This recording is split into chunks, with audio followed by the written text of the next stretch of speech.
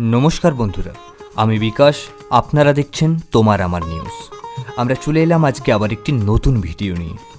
আজকে সবচেয়ে হৃদয় বিদারক ঘটনা ঘটে গেছে নদিয়ার কৃষ্ণনগরে, যেখানে অসুস্থ মাকে নিয়ে চিকিৎসার আশায় এসেছিল মাত্র 11 বছরের এক মেয়ে। কিন্তু মাকে বাঁচানোর পরিবর্তে তার সামনেই ঘটল মর্মান্তিক এক ঘটনা। চলুন জেনে নিই বিস্তারিত আজকের বিশেষ প্রতিবেদন।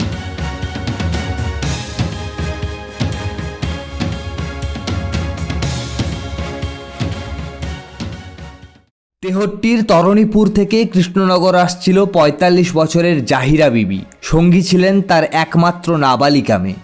কিন্তু পথেই বাসের মধ্যে অসুস্থ হয়ে পড়েন জাহিরা। কৃষ্ণনগর ঢোকার আগেই সংজ্ঞাহীন হয়ে পড়লে বাসকর্মীরা তাকে নামিয়ে দিয়ে চলে যান। কেউই সাহায্যের জন্য হাত বাড়াননি। মায়ের বাঁচার শেষ চেষ্টা করতে ছুটোছুটি করেও অ্যাম্বুলেন্সের ব্যবস্থা করতে পারেনি ছোট্ট মেয়েটি। প্রত্যক্ষদর্শীরা দেখেও নীরব ছিলেন। হাসপাতাল ছিল মাত্র ঢিল ছোড়া দূরত্বে, তবুও কেউ এগিয়ে আসেননি। অনেক চেষ্টা করেও হাসপাতাল থেকে কোনো সহযোগিতা মেলেনি। এক পর্যায়ে 2 জন আশাকর্মী এসে মৃত ঘোষণা করেন জাহিরা বিবিকে, কিন্তু দেহ নিয়ে যাওয়ার কোনো ব্যবস্থা হয়নি তখনও। শেষমেশ কয়েকজন ভালো মানুষের উদ্যোগে একটি ইঞ্জিন ভ্যানের ব্যবস্থা হয়, যাতে করে বৃষ্টির মধ্যে 40 কিলোমিটার পথ পাড়ি দিয়ে গ্রামের দিকে রওনা দেয় মেয়েটি। অভিযোগ প্রসঙ্গে নদিয়া জেলা বাস মালিক সমিতির সম্পাদক তপন ঘোষের বক্তব্য, চূড়ান্ত অমানবিক ঘটনা ঘটেছে। তবে কোন বাস থেকে এই ঘটনা ঘটেছে আমরা খোঁজ নিচ্ছি। এই ঘটনার পুনরাবৃত্তি যাতে না হয় সেই ব্যাপারে আমরা সচেষ্ট থাকব। কৃষ্ণনগর শহর তৃণমূলের মুখপাত্র মলয় দত্ত বলেন, অভিযোগ যদি সত্যি হয় তবে এটা অত্যন্ত নিন্দনীয়।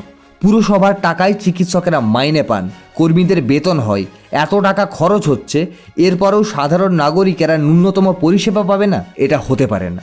স্বাস্থ্যকেন্দ্রের কর্তব্যরত চিকিৎসক বিশ্বনাথ বর্মন বলেন, আমাদের কাছে এসে কেউ কিছু বলেনি, আমরা কিছু জানি না। কৃষ্ণনগর পুরসভার চেয়ারম্যান রীতা দাস জানিয়েছেন, কি ঘটেছে তিনি জানেন না, খোঁজ নিয়ে দেখছেন।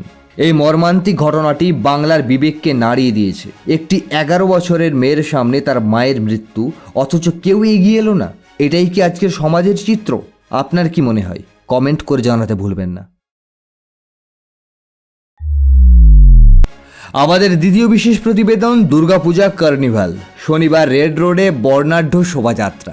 দুর্গাপূজার আনন্দ এখনও শেষ হয়নি।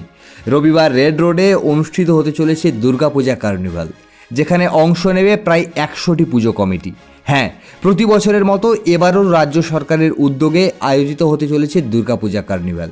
রাজ্যের মুখ্যমন্ত্রী সহ বিশিষ্ট অতিথিরা উপস্থিত থাকবে এই অনুষ্ঠানে। এই কার্নিভালে প্রতিটি পুজো কমিটি তাদের বিশেষ থিম ও প্রতিমা প্রদর্শনের সুযোগ পাবে। প্রতিমা সহ সুসজ্জিত গাড়িগুলি একে একে রেড রোড দিয়ে প্রদর্শিত হবে। তবে গাড়ির উচ্চতা 16 ফুটের মধ্যে রাখতে হবে এবং প্রতিটি কমিটি সর্বাধিক 3টি গাড়ি আনতে পারবে। 16 ফিট অবধি থাকবে, তাদের নিয়ে কোনো মাথার ব্যথা নেই কারো, যেটা ওদের শর্টেস্ট রুট হয়ে আসতে পারবে। যারা তার থেকে বেশি আছে সেই সব এরিয়াতে আমরা অলরেডি ট্রামকে লিখেছি ওয়্যারগুলোকে ডিএনার্জাইজ করে রাখতে, আর ওখানে যাতে ওয়্যারগুলোকে একটু তোলার অ্যারেঞ্জমেন্ট থাকে, ওটার জন্য আমরা অলরেডি চিঠি করেছি ট্রামকে। কার্নিভাল নির্বিঘ্ন করতে কলকাতা পুলিশ বিশেষ নিরাপত্তা ব্যবস্থা গ্রহণ করেছে। রেড রোড সংলগ্ন এলাকায় যান চলাচল নিয়ন্ত্রণ থাকবে। উৎসবের আমেজ বজায় রাখতে চাইলে অবশ্যই রেড রোডের এই চোখ ধাঁধানো কার্নিভাল মিস করবেন না। আমরা আগামীকাল আসছি আবার একটি নতুন ভিডিও নিয়ে। ততক্ষণ পর্যন্ত ভালো থাকুন, সুস্থ থাকুন।